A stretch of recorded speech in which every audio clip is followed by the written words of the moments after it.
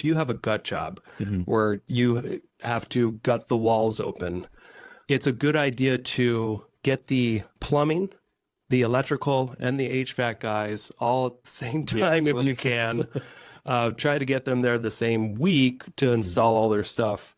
That way, and they may be bumping into each other and pissed about it, but it's going to be better than, hey, this needs to be moved, that needs to be moved. Right. Try to get them all together. You're checking out the Investor Shed podcast with Nick Beveridge and Jeremy Kitchen. They're on the path to financial freedom, and they're taking their community with them. Stay tuned for the best free real estate investing advice on the internet.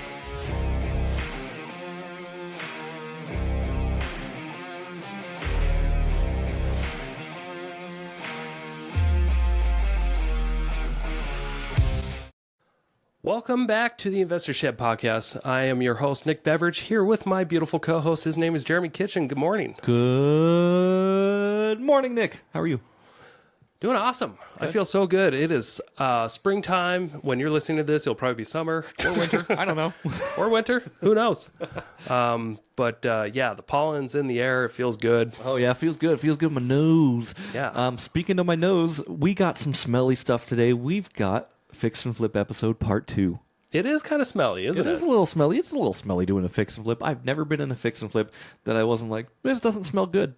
You know what? This episode, I believe it started out a little slow, but then it ended with a powerhouse. Yeah. Nick gives his favorite tip on how to flip a house and how to save money. Stick around towards the end of the episode to hear the one thing that will save you an incredible amount of money. The one thing. The one thing that will save you an incredible amount of money. It's such a good hack. I love it. Speaking of good hacks, so what kind of food should people be hacking down for this episode? Oh, that was a good transition. Thank you. Wow. I mean, I would consider a little bit of cannibalism today and just see if you can find some meat somewhere that belongs to a human being. Yeah. Human meat is not hard to come by. No. You just have to know where to look. Yeah. Amazon. Yeah. And the cool thing about this is, like, you know, clearly anyone listening to this is a resourceful person. They're going to be able to use their network to see if they can find some human meat to enjoy in this episode. This episode is not sponsored or endorsed by cannibalism. Please enjoy. That'd be a cool company. That would. All right. Enjoy this episode. Smell that? Oh, yeah. Your pre-workout smells great, Nick. Oh, thank you. You're welcome. Love this stuff. Last week, you will notice that we had a Fix and Flip episode. This week is the Empire Strikes Back of Fix and Flips. That's right. We're doing a part 2, which is actually part 5 if you think about Star Wars, but part 2 today of the Fix and Flip podcast. Yeah. Last week, we weren't really sure how far we were going to get. Mm-hmm. We started talking about fix and flips, and then the show was over before we knew it. We actually went a little long on that episode, too. I think out of all the things that you can talk about in real estate investing, like, this is the one thing I think Nick specifically can talk on. And with my experience as well, like, it's the most experience I have doing fix and flips. So that's you're getting an extra episode. Deal with it. You guys get a fun extra episode. And if you haven't seen part 1, in part 1, ChatGPT says that because I could just upload the entire transcript to ChatGPT and say, hey, can you summarize this for me? So we shared our experience. We went over the whole process, the process overview. We talked about risk and rewards. We talked about the financial aspects, and then the common mistakes and some tips. So, and then we ran out of time. We had a lot more to talk about. We also had questions from the audience. Yeah, that was cool. We're not going to have today. So keep little distractions as possible. But mostly we wanted to just dive in a little bit more into, like, the actual process of, like, where can we save you some money? Right. You know, where are going to be some tips and tricks that you can use during the renovation process or the buying process that should just make your life a little bit easier if you're just getting started. Of course. Yeah. Where should we start? Where do you want to start? I don't even remember where we left off, man. Somebody's been going to Canada and skipping out on our episodes. So we missed a couple episodes, but you wouldn't know. I missed one episode. You missed 2. Was it 2? Yeah. 2 in a row? You missed 2. Oh, I thought we did one a week ago. No. I can go back and look. No. But let's just kind of get started and kind of deep dive a little bit more into fix and flips, of course. So what we could offer today, we want to talk about like a little bit more advanced financial options when you're getting into a fix and flip. Yet last time we just talked about like getting a hard money loan, but you could also use cash. Yeah. Or get a partner to use cash. Mm-hmm. You don't always have to be on this clock, because that with most fix and flips, you're always like on a clock, and time is money. But Right. hey, when you buy all cash on a property, which I've done that or the equivalent, Mm-hmm. it's nice to not have the pressure to feel like you want to skip steps, Right. or like you just got to get things done fast because every day costs $100 in interest, Right. or something like that. But it certainly is nice to be able to take your time. Mm-hmm. And how you can do that is by paying all cash for a property, which sometimes isn't a whole lot if you're buying a real beat up home that's maybe, 60 to 100 grand, somewhere in there. Right. And it depends on where you are in this venture, of course. And then, you can take your time. You can put your all your repairs on credit cards for the most part, unless you have to pay subcontractors. They usually don't take. Sometimes they'll take credit cards. They might just charge you an extra fee. Mm-hmm. So yeah, cash, great strategy. Have you? What are your thoughts on that, Jeremy? I love it. If you're liquid and you don't think that you're going to lose anything by putting cash into a deal, I say go for it. I think we've went back and forth on this a couple times in a few previous episodes, Nick. But the ability to leverage versus the ability to pay with cash.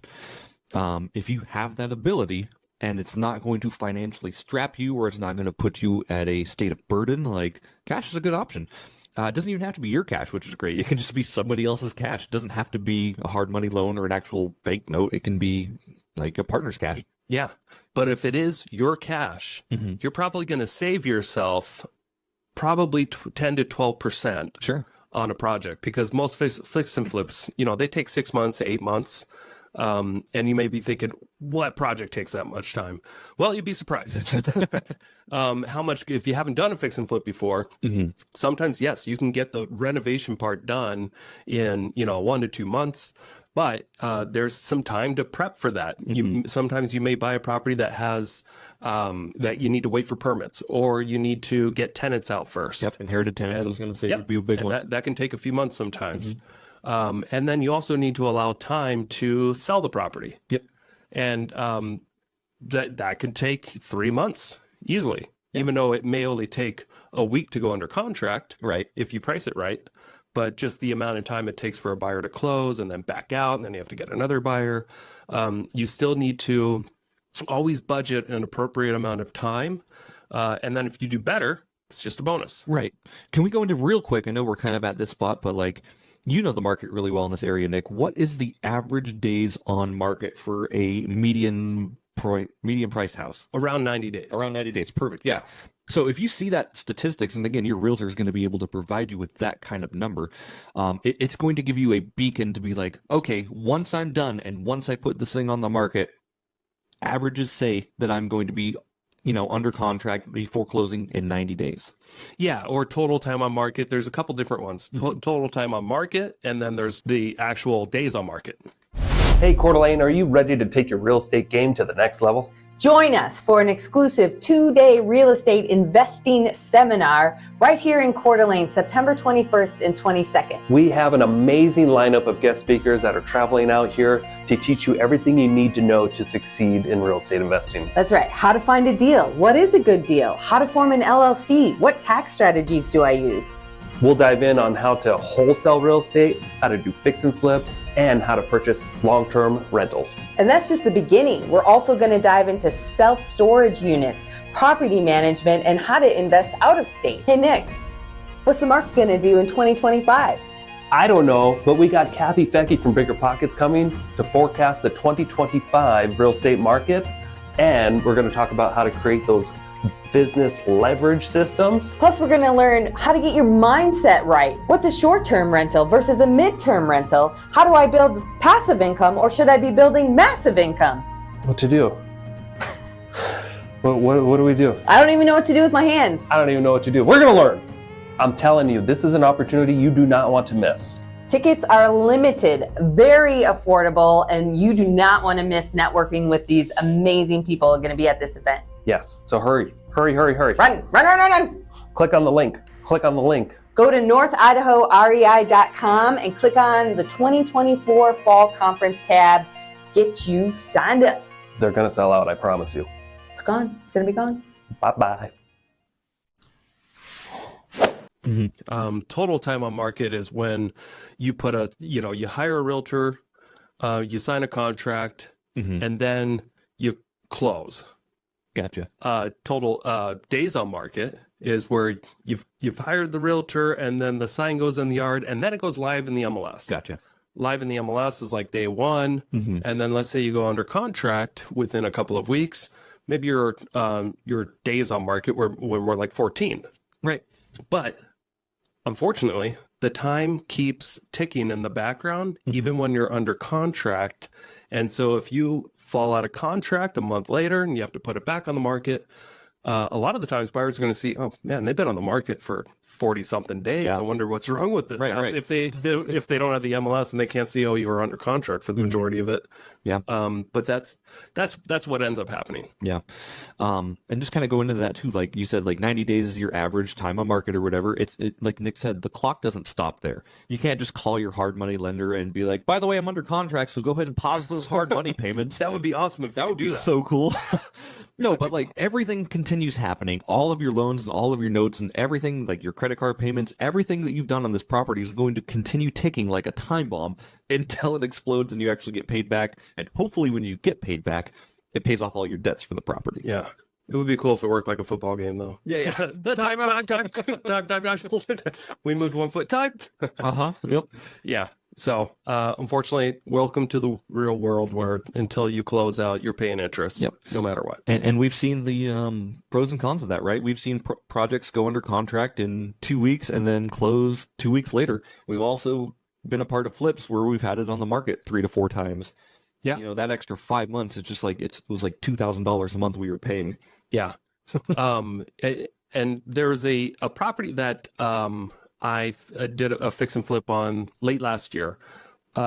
And my partner, Josh Cote, at the time, he put together a seller finance deal. And he negotiated a 30-year note, interest only, or sorry, not interest only, zero interest, and then spread out over 30 years. That was a Spear Lake one. Yep. Okay. So I was paying $800 a month, and I was kind of irritated because my contractors didn't get there in time. It took an extra like 3 months just to get there. Right. Because everybody was so busy.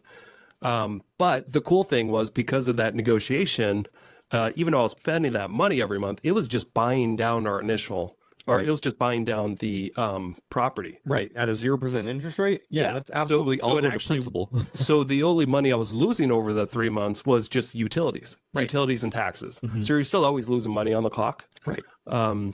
Even if you pay cash, even if you have 0% interest or 0%, interest like seller financing. There's never a no cost fix and flip. Yeah, it's always going to be, and it's good to know what, take all that into consideration, your taxes, your insurance, your water bill, your power bill,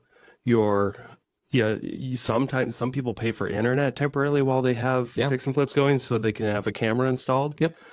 These days you can get like a solar panel, which we'll talk about later in the tips and tricks. But you can get a camera for like $50 on Amazon that's powered by the sun. Yeah. And just goes off an LTE service that you pay monthly for.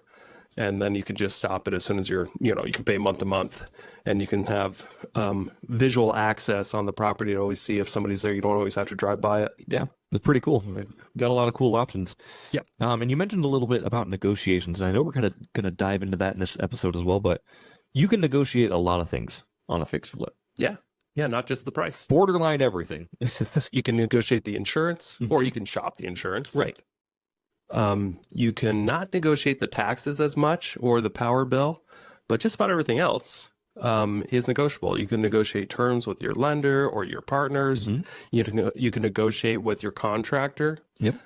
If you're buying your materials at Lowe's or a local, builder store, you can always just ask for a better deal. Yeah. And you'd be surprised how often the cash register people have the ability to be like, yeah, sure. If you're going to the right cash register, Right. You know, if you're in the pro department at Lowe's, or if you're dealing with a small builder supplier, see if you can get the same builder type pricing. Yeah. To say, hey, I'm going to be fixing and flipping a lot of homes. Can you give me a better deal overall on this stuff? You don't always have to pay retail. Right. And that's really good. You don't have to pay retail on any of this stuff, which most of the time you're going to end up paying probably close to retail, but that doesn't mean you can't negotiate. And especially like with your contractors and, you know, with your subcontractors or with their contractors, you have a lot of negotiation rights here that can really save you some money in the long term when doing fix and flips, for sure. Yeah.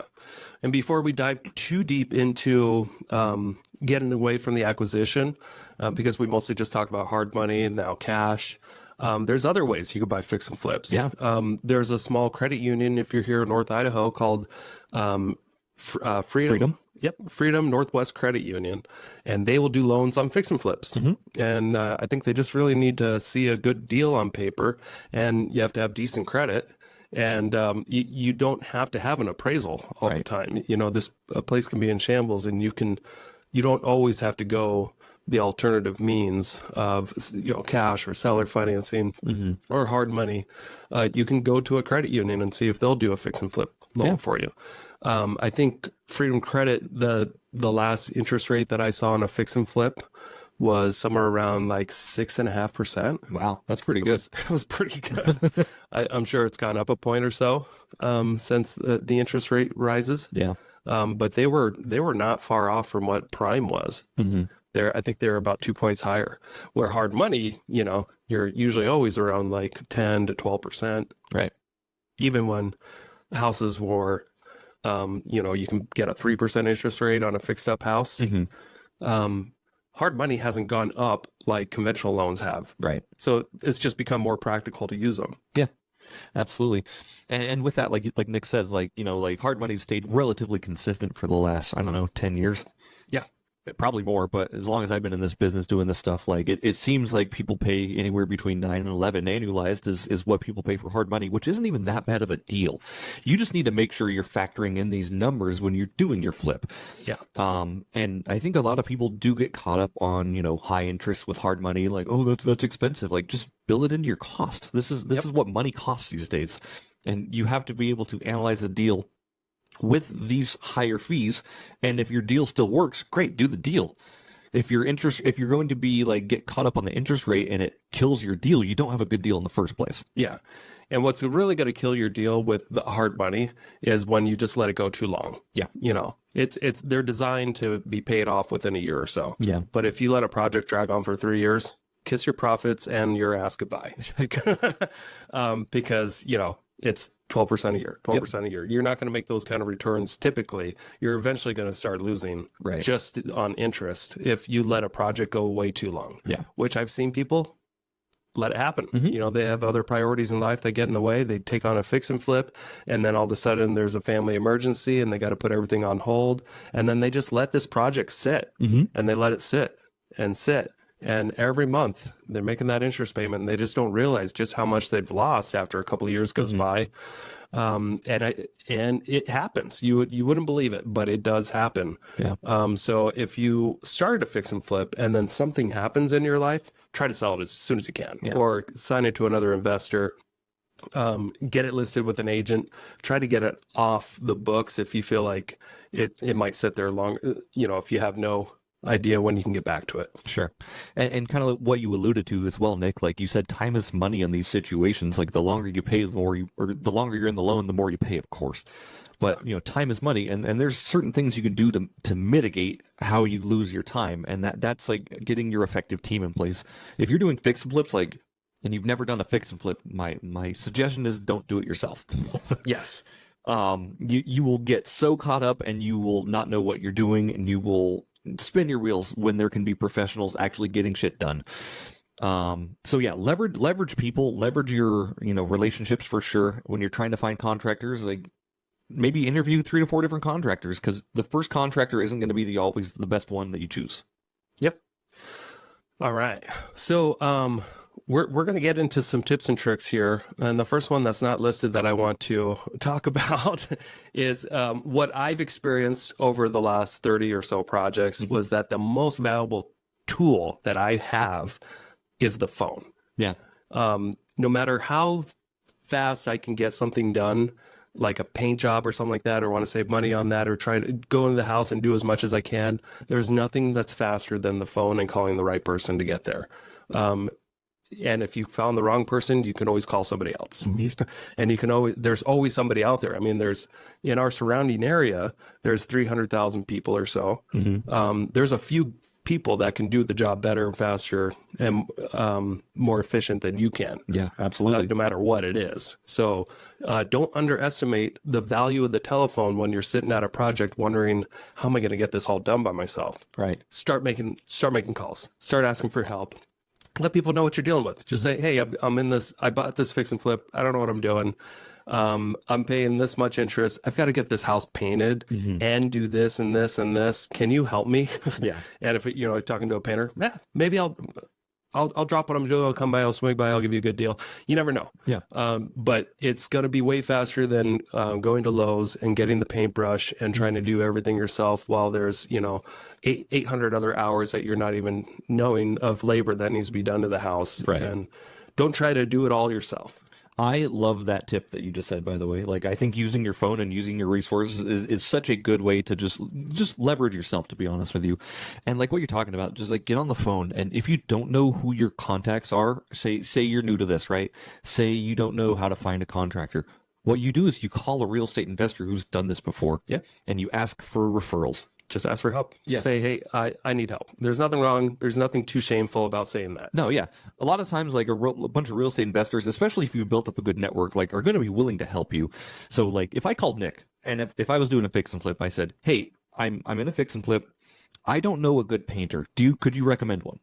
Yeah. And I can send one to your phone before we're off the phone. Yep. I do it a lot. Yeah, and that's what we do. We try to provide resources and value in a lot of places in this.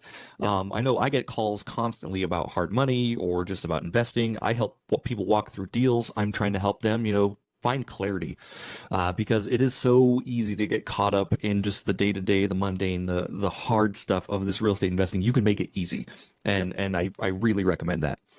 And let's say, you get that contact, you call him, he's not available, he's not returning your calls. You can call me back and say, hey, do you have a couple more? Yeah. I do. I have 8 to 10 other people I've used. Yep. And I can start sending you more. So don't be afraid to use the phone for your fix and flips. It's the best tool. Yeah. It's absolutely the best tool that you're going to have when you want to get something done quick and efficiently. Yeah. And like I said, like real estate investors, like we're not stingy with our resources. It brings a lot of people a lot of good feelings when, they're able to help somebody. Like I love helping people. Yeah.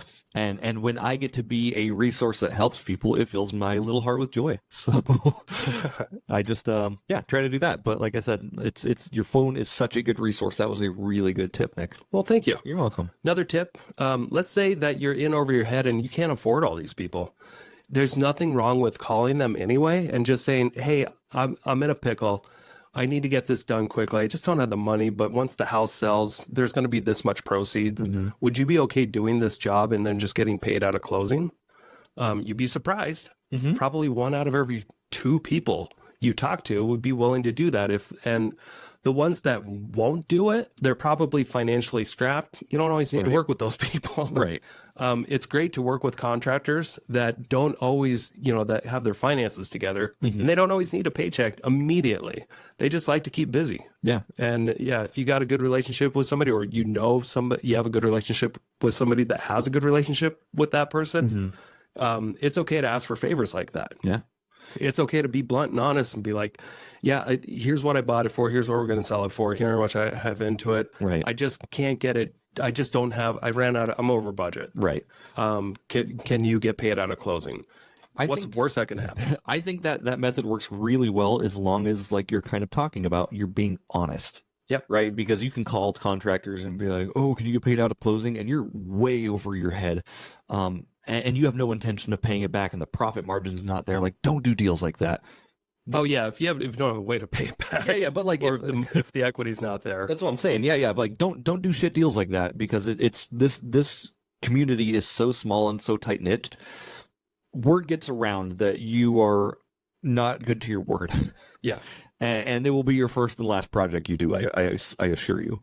To avoid all that, you just got to buy right. Yes. You always have to buy at a 70% ARV minus repairs. Yeah. And that gives you enough money to be way over budget. Sometimes. For the You just can't be way over budget and be way over time. Yeah. And you can't be lazy about it. But it's okay to screw up. That's what the margins are there for. Because you'll have a lot of investors are buying at, 85% deals, not just 70% deals. Yeah. And they just have way less margin of screw up. Yep. It's hard. It's hard when you don't buy right because, it's everything ends up kicking you in the butt in the back end. It's like building a house and building it on an unequal foundation, right? By the time your foundation and your house is complete, it's going to be wobbly up top. Heck yeah. All right. So another way to acquire a property, if you have a retirement account, you can use or convert to a self-directed Roth IRA. Or if you have friends that have a retirement account, you can always ask them, hey, do you want to fix and flip properties with me with your retirement funds? Now, Jeremy's probably more of an expert with in this subject than I am, but I have used people's Roth IRA money. They'll send it. They won't send it personally, but their financial institution will send it to my LLC, and we'll have a joint venture agreement. Yep. And then the returns are put back into that account. Yep. When the project's done. Yep. And to simplify that too, you can open up title escrow, and they can be the ones to facilitate the money too. But you can do it directly to an LLC. I learned something new about retirement accounts this weekend. So with your self-directed IRA, obviously it goes from the custodian. You can have it deployed to either title or the LLC or the single individual, which I don't recommend, but you can do. Okay. But with solo 401ks, you can actually, so if you have a solo 401k, with self-directed IRAs, there's a self-dealing prohibited transaction. You're not allowed to interact with yourself. You're not allowed to basically lend yourself or, send yourself money. With a solo 401k, you are allowed to take a loan out against your balance on your 401k yourself. Okay. And I think you can do it. It's maximum 50,000 or 50% if it's less than 50,000. So if you have 70,000 in your 401k, you could take out a loan of $35,000. If you have 100,000, you could take out a loan of 50. If you have 150,000, you could still take only a loan out of 50 because it maxes out at 50. Maxes at 50. Yeah. Okay. But that's a good way to put a down payment on a big property. Yeah. And I think you have 5 years to pay it back from the day that you take that loan. Okay. And that loan, so it's That's a good amount of time. It's a good amount of time. And it gets paid back to your 401k too, which is great. So you actually have to owe interest to your 401k. That actually just helps your 401k grow. Is there a minimum interest you have to pay yourself? I think it's prime plus 1 or 2. Prime plus. Okay, so what's prime? Prime is, right now I think it's like 7. So Okay. yeah, So you got to pay yourself back quite a but you bit. got to pay yourself back. But again, that's going That's your directly. money. That's your money. It's Yeah. not going to like an interest rate of a bank. It's going directly back into your account to do more shit later. Okay, cool. So yeah, I learned about that's this weekend, and I just thought that would be a really good strategy for anybody who has a 401k account. Obviously, a lot of these things are in stocks, bonds, and mutual funds like that. But you can absolutely send it to a self-directed custodian. We recommend directed IRA. Matt Sorensen and Mark Kohler are fantastic. They're attorneys, CPAs.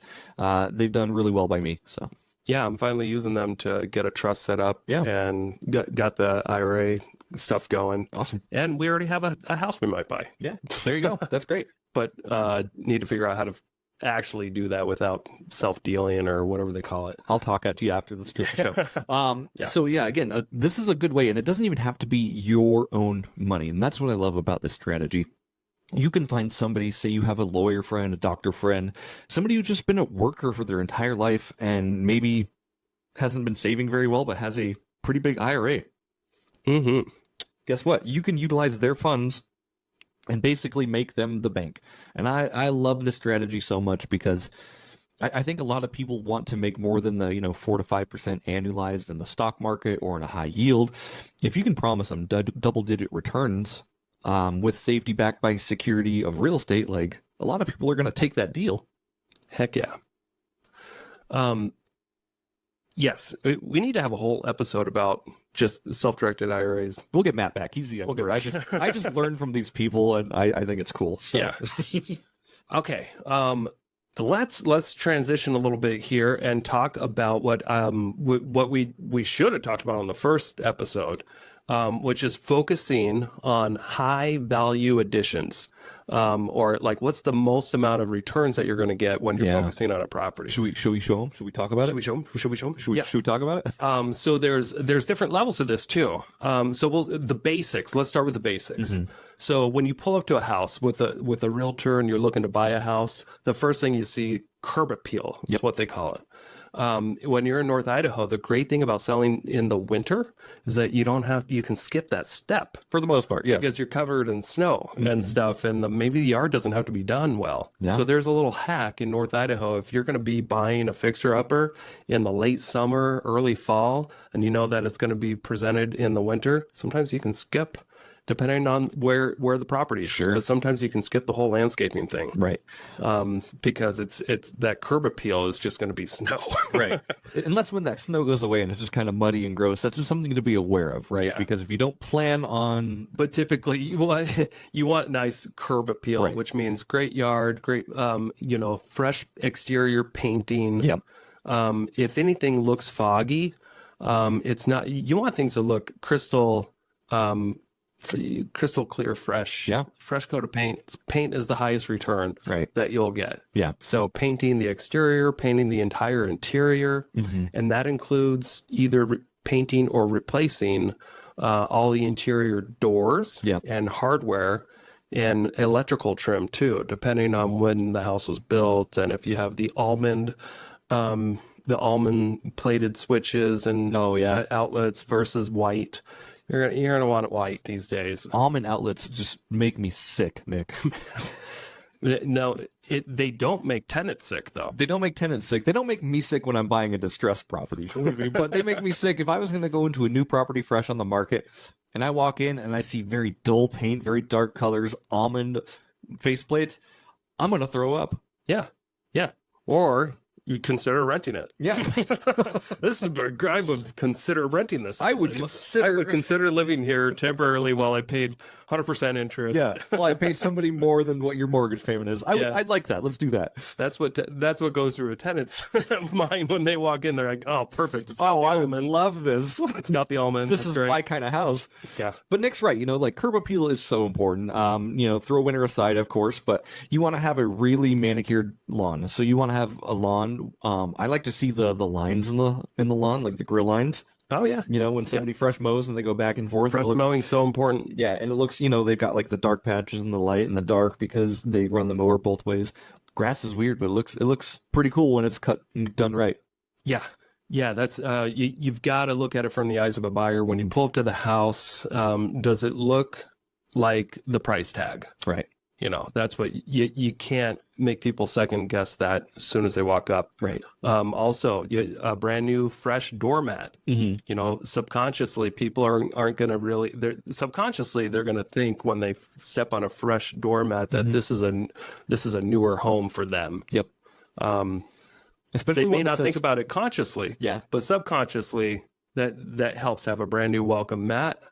If it's not, if it's missing, or if it's an old faded welcome one, it feels like you're stepping into somebody else's property. I agree with you 100%. And what you said specifically, like a mat is good, but a welcome mat right outside the front door that says welcome on it. Like there's a certain feeling where you walk in a house that you step on a mat that says welcome and you start to feel welcome there. Yeah. And those mats are $10 to $15 and it's called a high value return. Yeah. That's you get your money back, trust me, on a brand new floor mat. Cool thing is you can buy one welcome mat and then just use it for all your flips. So if you're doing one flip at a time, take your pictures, get it all sold, take your welcome mat, put it in your garage, got your next flip, slap that son of a bitch right back out. Oh, yeah. Boom. Yeah. Boom. Back to the next. So we got curb appeal. The next two big things: kitchen, master bath. Yeah. Focus on those things because people spend the most time in the kitchen, hanging around their family, around the island or the peninsula. Make sure, depending on, you don't have to overbuild for the market, but these days you can get quartz countertops and new shaker cabinets for like $5,000 to $6,000. You can like redo your kitchen. Yeah. Spend another $1,500 to $2,000 for appliances. I mean, you should be all in on a kitchen under $10,000 with flooring and all that stuff. Depending the size of the kitchen, of course. But yeah. For most for most price ranges too. Yeah. Now, if you're getting into, that's depending on your market, in our market, once you start getting over like 700,000 ish, you start getting into a way pickier buyer pool. You got to be very careful and conscious about what kind of items you're picking. Yeah. But when you're in the market where it's like the kind of the affordable or medium household price point, builder grade everything is fine, and as long as it's in style, clean. Hey, quick commercial break here. Thank you so much for listening to this podcast. I really do appreciate it. If you want to give back, let me help you buy a house, or I can help you sell a house. It's the only way I make money when I'm not investing in real estate. I don't make money on this podcast or the events I do, but I do make money only when I help people buy and sell houses. So if you're looking for your next investment and you're here in North Idaho, I want to help you personally. If you are not in North Idaho, I can still help you out. I have a vast network of referral partners all across the country in Keller Williams Realty, and I can find the right real estate investor savvy agent for you so you don't have to. It doesn't cost you a thing. Thank you for your support. Back to the show. You can get away with almost anything, but don't cheap out and put in the laminate countertops, Right. unless it's a rental property. It depends on where it is again, but Right. People spend a lot of time in the kitchen, and if they're going to spend a lot of money on the house, spend the extra $1,000 and get them the quartz. Yeah. And I think what you're talking about too, Nick, is first impressions are just so vital. And like you want that welcome mat up front so they feel welcome before they enter. And you want them to literally be wowed like the second they walk in. Like you don't want their expectations to just like plummet right away. You want the house to look good. And it doesn't have to look overly good or overly expensive, but it has to look good and clean, because people, the things they see right when they walk in the house, they're not looking in the corners for cracks or anything like that. They're looking at the They will if it's vacant. They will if it's vacant, for sure. But like the Vacant as in no furniture. right, the first thing they were going to look at though is like your flooring and paint, basically. Like their eyes are going to fixate on the biggest, brightest, most beautiful things in the house. So your light fixtures, make sure those are good. Kitchen, make sure that's good when you can see it, and people need to be wowed for sure. Yep. And people could be wowed with the simplest of the simplest items. This may sound weird, but what I found that works really well for me and in my market for the most price ranges is when you walk in and you have LVP flooring, and these days, it's 2024, kind of a lighter wood type color flooring. Like we're kind of getting away from the grays now and more like a beachy type wood, lighter, nothing too dark. Dark was more like 2010 to 2000, maybe 13 or so, and then maybe 13 to the last few years ago was all grays were really in.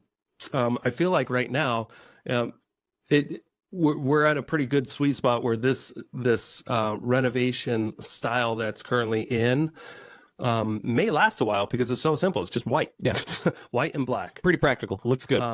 And don't be afraid to be boring, because it works. Just if you have on the interior all white walls, white trim, white doors, and black hardware.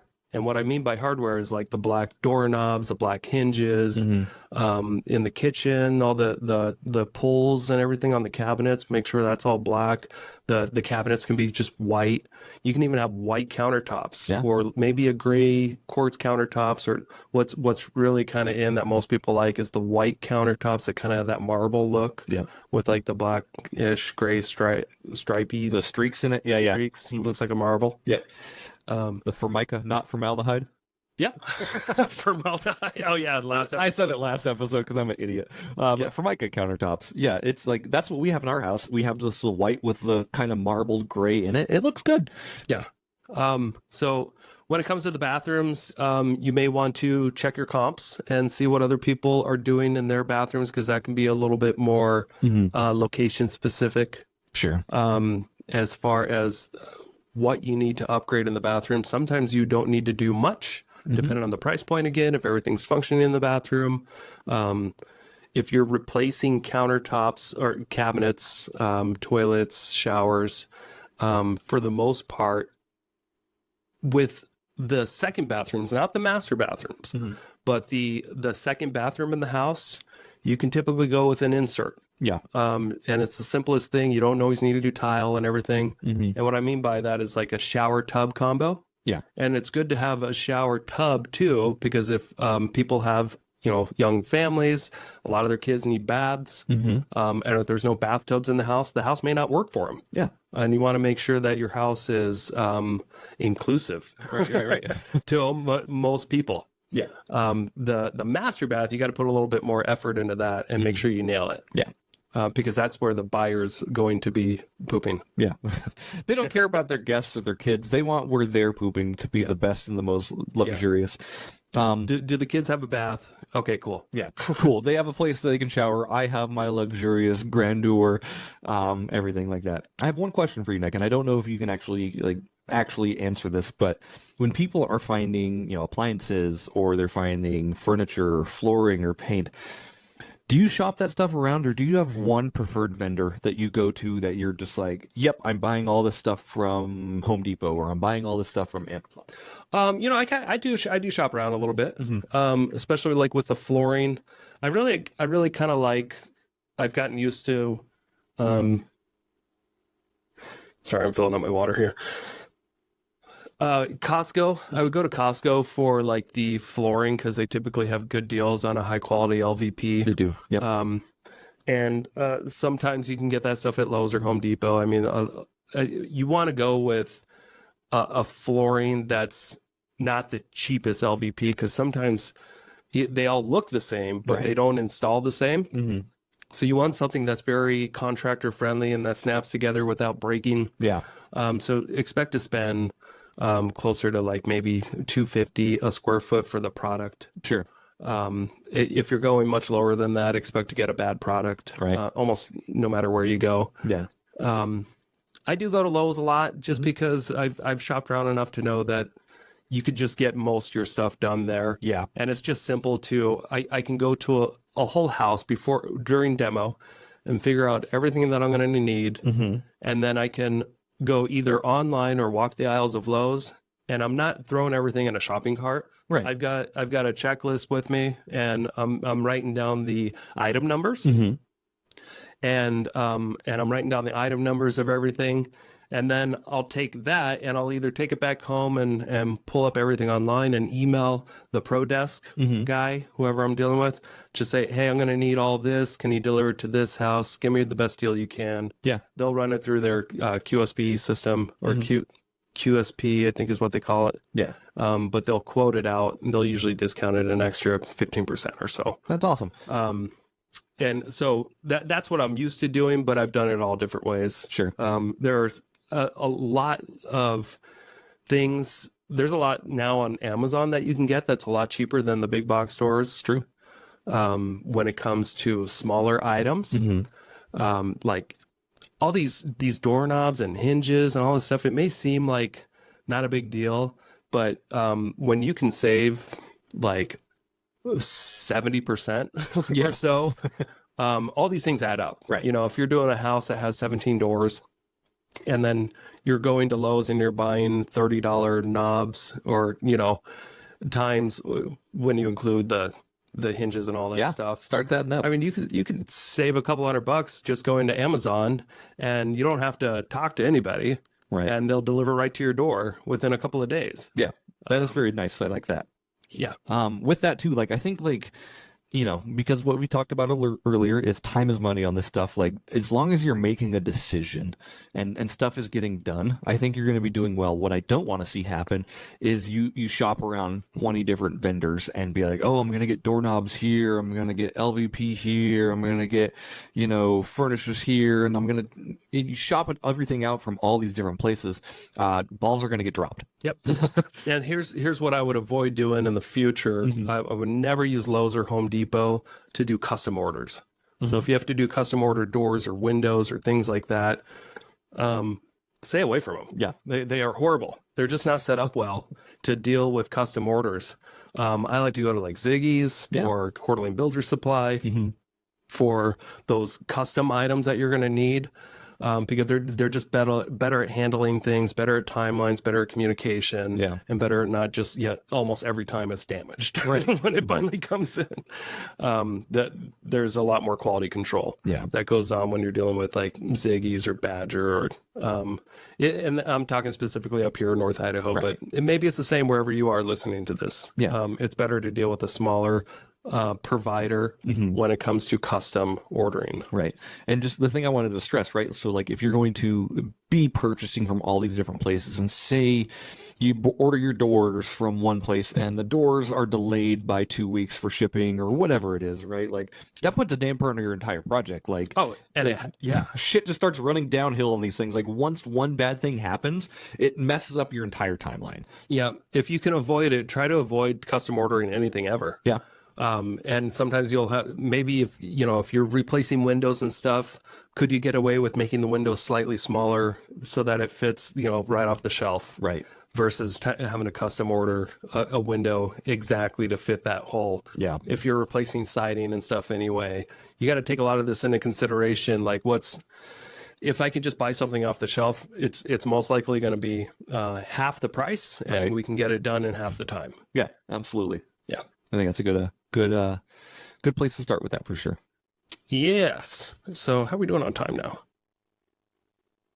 42. We're doing so good. Yeah. Avoid over customization. Oh, we just talked about that. Yeah.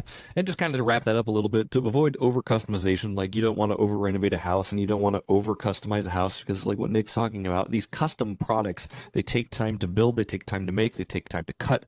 And that's just time that eats into your bottom line, and time is money. Yes. All right. So as far as the order of like here's what I've had a success. And trust me, I'm not a contractor. I don't do this all the time. Right. I've only done 30 or so flips, but that's over the last 10 years. I'm not like, I don't have my systems down. But what I've noticed that kind of works is it depending on the level of renovation you have. If you have a gut job where you have to gut the walls open, it's a good idea to get the plumbing, the electrical, and the HVAC guys all at the same time if you can. Try to get them there the same week to install all their stuff. That way, and they may be bumping into each other and pissed about it, but it's going to be better than, hey, this needs to be moved, that needs to be moved. Right. Try to get them all together.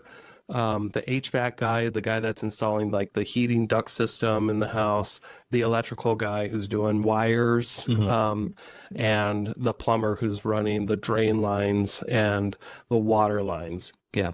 Try to get those guys all together in the same couple of days if you can. Yeah. You'd be surprised how fast they can work too with that kind of stuff. But what you don't want to do is spread that out. Right. Because if you try to, okay, maybe we're going to line up this guy this week, that guy that week, and then what if he doesn't show? Then we got to reschedule with those people. Yep. And I've seen investors that they're working on the rough-in time, like that can just go like 6 months. Yeah. Because they just like can't seem to get anybody to communicate well or to show up when they can. And then like you're always waiting on one of these mechanical items to get done right. Right. And it's best if you can just have them all butt heads together at the same location. Yeah. I love that figure idea. it out.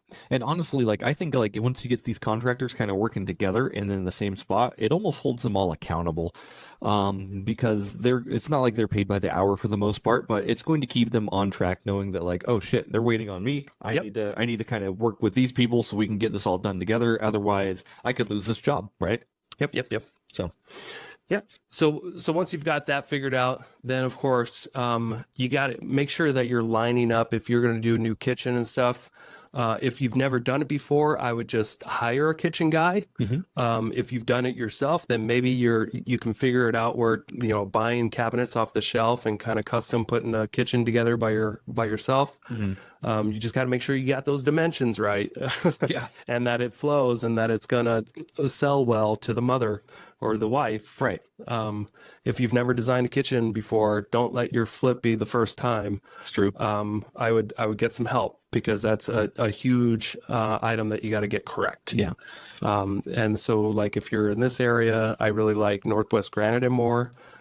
Gene's been out to my houses several times, and he'll be there in the rough-in time. This is when all the mechanicals are going in, because he could take a measurement to the framing and be like, okay, we can get this here, and then maybe we got to make a modification to make this just right. So it's best to get your kitchen guy there before drywall. Get him there while the walls are open to put a custom package together, because sometimes it can take 3 to 4 weeks for that to come in and for them to install. Yep. And then by the time you've got drywall done and textured and paint, they may be ready to start installing those cabinets. Yeah. So you got to try to line this up strategically, not, okay, what's next? Because if you just wait till what's next, then that item could take 3 or 4 weeks for you to get done, and you just got to sit. Yeah. Your 3-month job will end up being 36 months. Yeah, and that's how. If you're doing one by one, you definitely, like Nick said, you really got to be strategic and almost fit these pieces together like a puzzle. Yeah, you're playing Tetris. You're playing Tetris, absolutely. And the better you can play Tetris and get all these pieces moving and in sync with each other, the faster you can do that, the more money you will end up making, or the less money you'll end up losing. Yes. And remember, you always have an inside and an outside. So you can always be getting stuff done at the same time, outside and inside. So make sure that your siding work, your windows, your roofing, all that should be getting done at the same time you're working on the inside of the house. You don't have to wait. Yeah. You don't have to be like, I'm going to work on all the inside stuff and then get to the outside stuff, because then you're just going to double your project timeline. So yeah, don't be afraid to have multiple people there. Yeah. Always work on that house. The only thing I would say, obviously, is if it's winter and like heavy snow, like your outside work is going to be inhibited. But For the most part, you can get a lot done still. You can get a lot done still. Painting's tough. Yeah. But the more you're aware of that like, yeah, things can happen. You can start, stacking in the other pieces. Okay, well, I can get my siding on. I can do this. I can still do windows. I can still do everything. Get all the pieces ready to go. So then when everything's ready and the weather clears up, you just fire like that. Yes. All right. When it comes to some tips and tricks, tile. They make some really good, this is going to sound embarrassing. Okay. But they make some really nice peel and stick tile these days. And you can save some time and money by just going and you spend, $15 for like a 1x1, you cut it in half, and you can, do the backsplashes in a matter of, a half hour instead of, a 3-day process with a tile guy that's going to charge $1,500. Yeah. Sounds stupid, but just pay attention to what's available these days. Yeah. The peel and stick tile looks a lot better, and depending on, if you're doing a $700,000 house, don't do peel and stick tile. I was gonna say, this goes use with common sense. Yeah. But if it's an entry level home, people may not tell the difference. Right. Just consider those other options that may save you time and money, and that will have the same output or the same result. Right. I'm happy you said just on like backsplash, because when you said peel and stick, I thought you were inferring that you peel and stick a whole house. I wouldn't if I were you. No, we're just talking about like some, backsplash in the kitchen and bathrooms. Yeah, that makes sense. They just, and of course you can learn to tile and do it yourself. It's not too hard. You can get like the off the shelf, for $30, you can get the adhesive that you don't have to mix. Yep. And you can smear it on the wall and place it just right, and then come back and grout it. You can do all this. Yeah. But I'm just saying, if it's a fix and flip and affordable, the peel and stick stuff doesn't just fall right off the walls. Right. It sticks. Sometimes people can't tell. So just consider that as an option if it's price appropriate for you know, the product that you're putting out. Thanks for saying priced appropriate. So I'm like, man, if somebody put peel and stick tile in like $1 million house, like I'd be pretty livid. I've done it. Actually, I only did it a couple times. Yeah. But it was more like, you know, a house price in the 300 range. Cool. Yeah. It just looked really nice. Yeah. Yeah. It looked great. Good. There's nothing wrong with it. Mm-hmm. And then I did it in a rental in more of a rural area that we sold. And with rentals and stuff too, it's fine. Yeah. Just make sure you're caulking the seams. That way water can't seep through the walls. Yeah. Still use common sense. Mm-hmm. All right. If you are not sure about, like, do I put LVP throughout the whole house or just the, or like, do I do the bedrooms too? Like, if you're not really sure, should I do carpets? Carpet's kind of going out of style these days. In a sense it is, but a lot of people still like carpet in the bedrooms. And if you're doing LVP like up a stairway, it can be really hard and tricky. And you're almost always, no matter how well somebody installs that stuff just chips and breaks and falls off even by the time you're like ready to stage the place. Yeah. So always consider, like, is carpet an option to do stairways and bedrooms? If you just go to Lowe's or Home Depot and just get like a real basic, you know, $1 to $1.30 a square foot, kind of multi-textured carpet, and then step it up on the pad. Get like an 8-pound pad that has a vapor barrier. Yeah. Because that's going to make the difference on walking on the carpet if it feels nice or not. That could be a really fast, efficient way of getting done bedrooms and staircases, is just doing the carpet. Yeah. And then they're almost always going to have leftovers for you. And another thing with, if you go through Lowe's or Home Depot, almost always the carpet is, the install is free. So but you got to set it up like a month in advance. Right. So make sure it doesn't also set you back too far. You got to, like, as soon as you start the project, you got to get them to measure out the house, because like the whole process can take a couple of months easy. Right. But it's a great option for bedrooms and staircases and bonus rooms, you know, above garage, stuff like that. Just goes in, you know, in a day, and then you're almost always going to have leftover carpet. And what I like to do, little hack here, is when you're getting to the stage where the carpet's now installed, you're getting close to finishing up the house, but there's still always touch-up work to do. I like to take the extra carpet and cut it into a bunch of floor mats and place them on the outside and the inside for contractors to wipe off their feet and stuff before they track mud through the whole house, which almost always ends up. That's always going to happen. But, you know, you get free doormats before you actually buy your clean one. What a good life hack that is. It was worth the whole episode. I love it. Yeah. You stayed around for that one tip. I hope you learned something here. Take your extra carpet, cut it in little pieces, make little floor mats out of it. Because you almost always get like an extra, like, 10-foot section or a 7-foot section or something. They always give you more. That's what we still have that stuff in our house. Like, we took that extra carpet and we cut it in half. And you did? There's a carpet at our front entry door, and then there's one coming in from our mudroom. Yeah. Yeah, we still have the one from our garage. We cheaped out so hard. Our house was built 8 years ago, and we still use them. Well, I'm glad I'm not the only one. That is a good life hack. I love it. I do want to talk just a little bit. You talked about, you know, carpeting floors and carpeting stairs and stuff. Is that the preferred way that you typically go, or, you know, analyze stairs? You plan on putting carpet on them, though? Most of the time. Yeah. Just because it goes in easier. And it depends on the house too. Sure. It depends on the level of house, but most of the houses I work on, carpeting the stairs is totally appropriate. Right. And it's just, you know, it just gets done fast. We just always have problems when we're doing laminate or LVP or hardwood or anything that's not carpet on a staircase. Yeah. It just seems like it just doesn't hold up well. Sure. What's funny is I was actually Googling this yesterday with my father-in-law, because they're building their house out in Davenport. And he's like, what should I do on the floors? Or what should I do on the stairs? And I was like, can you LVP floors? And he didn't know either. He's a contractor. He's like, I've never actually LVP'd stairs. Yeah. I always carpet them. Yeah. But and every contractor has a different way of getting those stairs installed if they're doing the LVP. Yeah. And no matter what, they always start falling apart. Right. Like, I did do a little bit of Googling, and I saw, you know, like, you don't have to do the whole stair, like you've got your flat piece and then you've got your vertical piece. You don't have to do the vertical piece. You can just do the flat with the round. And that looked really nice. So you've got like, LVP on top and then like white paint underneath. Oh, white paint. Yeah. Okay. It's like white paint on the vertical base. Sounds like a pain in the ass, though. Sounded like a pain in the ass, but it looked pretty good. I was like, it still looks like it'd be incredibly hard to work with on stairs. Yeah. Yeah, I've seen painted stairs, actually. Yeah. Yeah, it depends on the quality of the house. Sure. And the price range you're trying to get into. So we talked about painting neutral colors. Like, if you want to get creative, do it on your own house. But if you're fixing and flipping, you're trying to attract the masses. Right.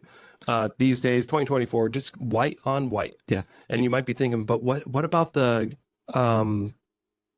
trim? Shouldn't it be a different color, or doors a different color? No.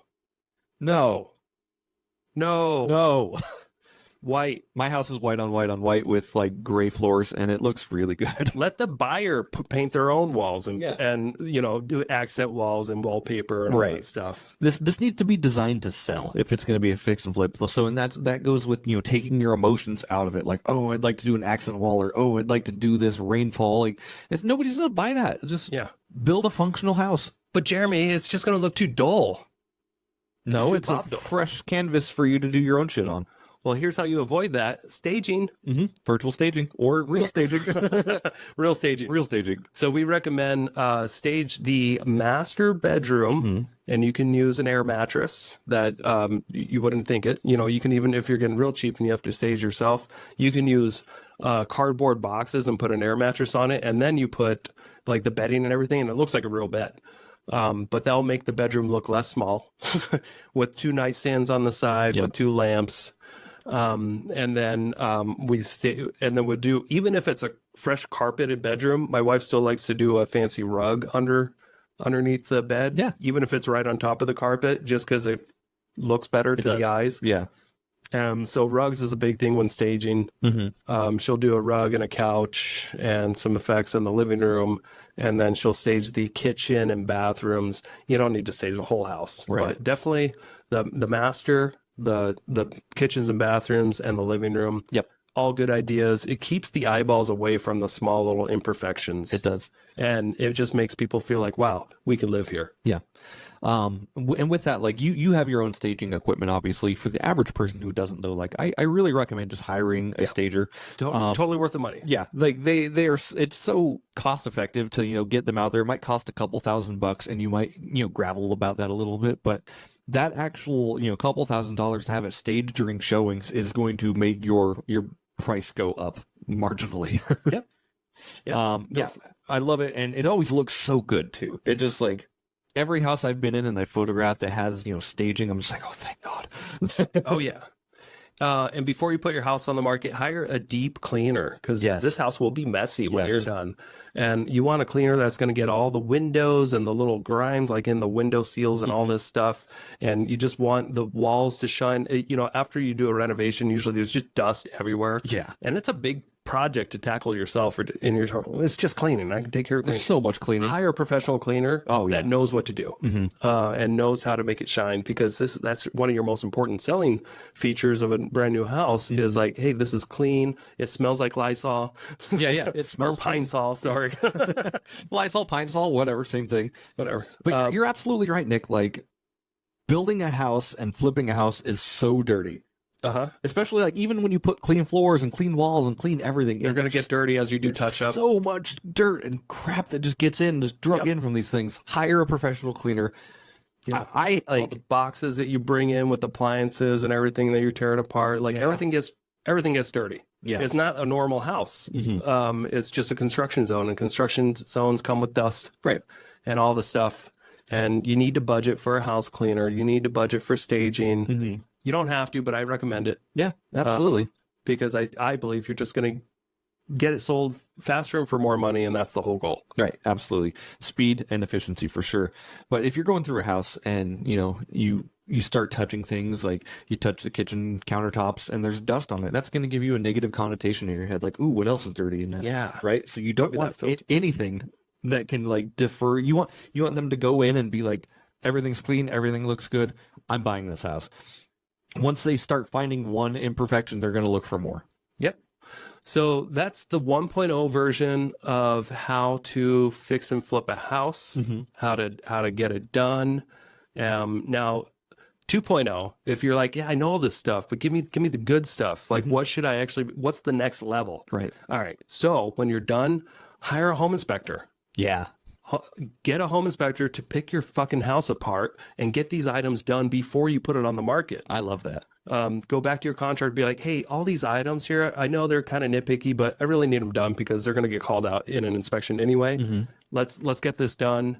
And so you get a home inspection done. Get if you're in this area, get a radon test maybe done in advance. Yeah.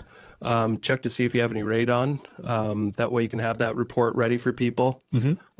Get professional photos done. List it with a realtor who knows what they're doing. Don't just do for sale by owner. You want the attention of a billion people on this, not just a few. Yep. So yeah, 2.0 stuff. Get a home inspection. Sounds silly, but it is another, it's another level to just getting, putting a little bit more effort into something that's going to go smoother when you get that done. How much does an average inspection cost? Around $400 or $500. Great. That's so cheap. Yeah, worth the money. Like, so cheap, to be honest with you. Like, and when you're doing this stuff, build that into your price when you buy the house, right? Like, okay, I'm going to get a home inspection. Add that $500 fee into your house. Honestly, because this will save you so much time and money from having to, negotiate with sellers, negotiate on what needs to be fixed. Like, you now have the upper hand because you know exactly what's wrong with your house. And you know how to fix it, and you should do that, or at least, a good majority of it before you put it on the market. All right. Now, next step. You're ready to put it on the market? Have your realtor and maybe somebody else, maybe a second agent, give you some comps and let you know what they think you should price it at, but more specifically, what they think that it should appraise for. Sure. And then heavily look at your competition. What's going to be... What is seriously my competition, maybe in the same neighborhood or something like that other buyers will be considering, and try to be priced better. Yep. Even if your house looks better, do whatever you can to be win the beauty pageant and the price war. Yeah. Because we're not in 2021 anymore, where you can just price it at whatever. Yeah. Like buyers are still picky, and they still want a good deal. And if you can be the one that stands out, that looks the best, and that's priced the best. That's when you're going to get a bidding war. Yep. Exactly what I was going to say too. Yep. And if you don't get a bidding war, then you were priced correctly. Right. Exactly. If you get a bidding war, that means you've done as much as you could have done, and you were priced a little bit under market value. But don't worry, the market will help you out with that, and they'll put you back where you should be. Right. The market dictates like your sale, basically. Yeah. Yep. So if you're way over, you're not going to get any showings, any showing requests. If you're way under, it's going to go under contract really quick, of course, or it'll start that bidding war like Nick's talking about. And being in a bidding war is a really good position to be in. Yes. When you're putting a house on the market. You don't want to be in a desperate position where you're like, gosh, well, I priced it a little bit too high, and now I've got to deal with this one buyer, and it's an FHA loan, and blah blah blah blah. Yep. So we're making concessions, this other sale, and we have to give them $15,000 in closing cost credits, right? Because I just didn't get that attention that this house deserved when I first put it on the market because I was a little overpriced. Yep. And now that I've decided to price it correctly, I don't have the same attention anymore because all the buyers that are ready to go, they're just looking at what's new. Yep. That's all they're looking at. Yeah, they'll look at price reductions here and there. Sure. If they pop into their email feed, but that's old news. They saw you yesterday. You know how people's attention spans are these days? Give them the best right up front because you'll regret it. Yeah. Absolutely. That's all I got. I love that, Nick. Like I said, like being in a bidding war is just such a good place to be. On a few properties we've sold, it's like we've had multiple offers come in, and that's so cool to be like, okay, we've got a full price offer that's contingent upon a home sale.